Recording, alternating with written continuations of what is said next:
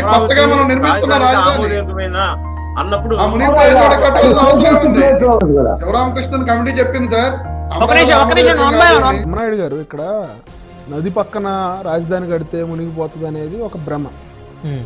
మహానగరాలు తీసుకోండి, ఈ రోజున న్యూయార్క్ నగరం ఎక్కడుందండి? ఢిల్లీ నగరంలో యమునా నది లేదా? ముంబై సముద్రం పక్కన లేదా? త్రివేంద్రం సముద్రం పక్కన లేదా? చెన్నై సముద్రం పక్కన లేదా? వైజాగ్ సముద్రం పక్కన లేదా? ఇప్పుడు సముద్రం పక్కన ఉంటే మునిగిపోతుంది, నది పక్కన ఉంటే మునిగిపోతుంది అనేది కాదు. మీరు ఇన్ఫ్రాస్ట్రక్చర్ అనేది ప్రాపర్గా బిల్డ్ చేస్తే, రెయిన్ వాటర్ ప్రాపర్ ఛానల్ ద్వారా నదుల్లో, కాలువల్లో, సముద్రాల్లో కలిసేలాగా మీరు దానికి ఒక దారి చూపిస్తే మీ ఇళ్లలోకి రాదు.